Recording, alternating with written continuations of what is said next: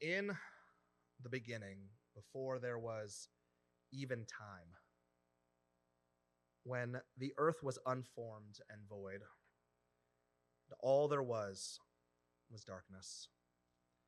Until God said, "Let there be light." And then God separated the light from the darkness, calling the light day and the darkness night. Thus, God spoke and created time. There was evening, there was morning, the first day. Ma'ariv Aravim is our nightly prayer, recalling this moment, offering praise for God's role in this event, celebrating everything else that comes with the evening. The gentle rolling away of day, making space for the stars and the planets to be seen in their beautifully transcendent cosmic array. There's also an assumption baked into that, that's at the end of the evening, night will roll away as day slowly seeps back in, illuminating the rest of our lives. There's a level of trust and faith that this universal cycle will renew again and again and again. In this week's Torah portion, Bo, we once again encounter darkness, but this isn't the darkness of the night to which our eyes eventually adjust to the light from stars or street lamps. Rather, Torah describes something a bit more disturbing. It says, God said to Moses, "Stretch out your hand over the heavens, that there be darkness upon the land of Egypt, a darkness one can feel." So Moses stretched out his hand over the heavens, and there was pitch dark in all the land of Egypt for 3 days. People could not see one another, and for 3 days no one could get from where they were.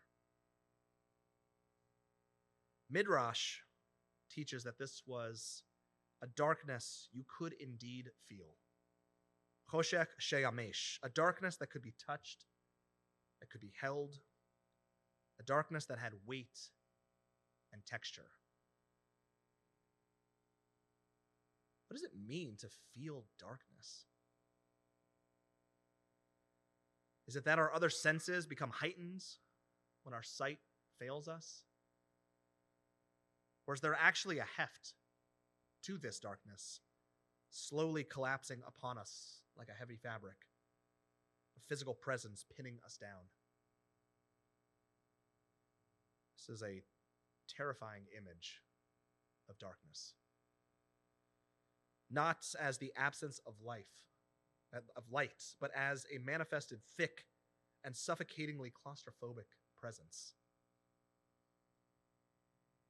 For 3 days, the Egyptian could not see their hands in front of their faces.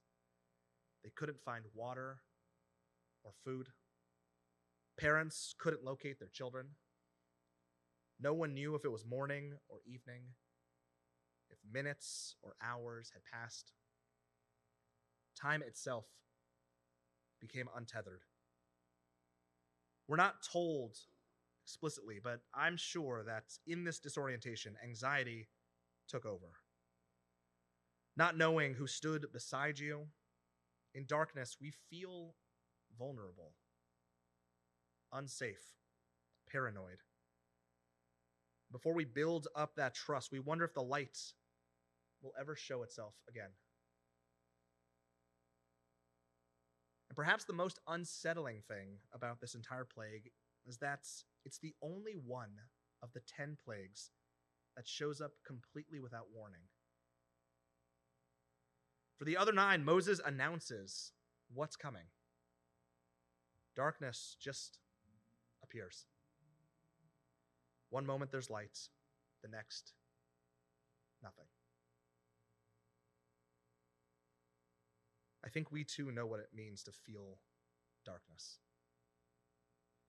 Sometimes this darkness slowly creeps in, and sometimes, like the plague in Egypt, the darkness arrives without warning. Currently, wars are raging overseas. Civil unrest is present in our own cities. People are hungry. People are furious because they have been intentionally overlooked and forgotten. We watch our leaders make decisions that seem to serve donors rather than constituents. Leaders who seem unwilling to fight for anyone who doesn't offer complete allegiance. There is a palpable darkness we feel each and every day, and it is heavy. And what do we do with the information that all the Israelites had light in their dwellings? That's what Torah tells us. That while the Egyptians felt the full weight of this impenetrable darkness, the Israelites were entirely unaffected. This is an uncomfortable question we have to ask.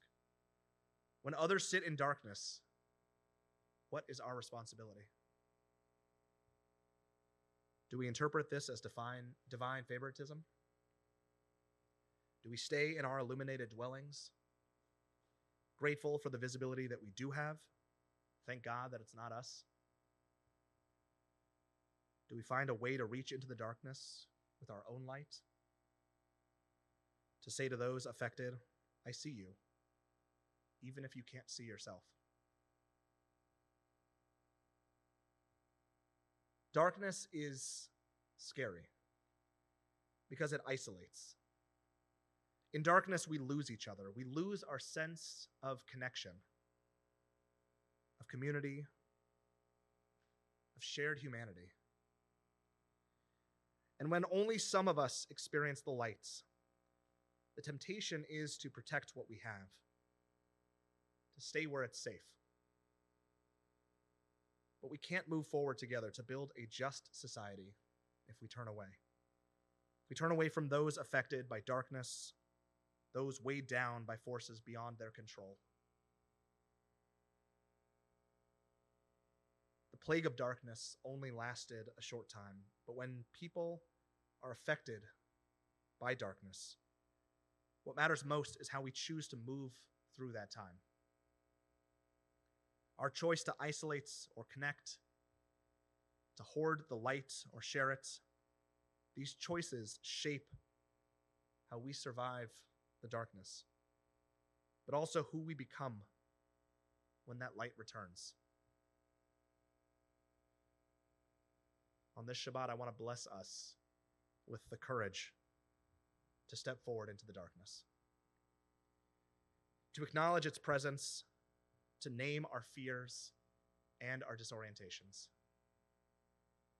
May we find the strength to put in the sacred work of reaching for one another in that darkness, of being the lights unto the nations as well as being the lights for ourselves.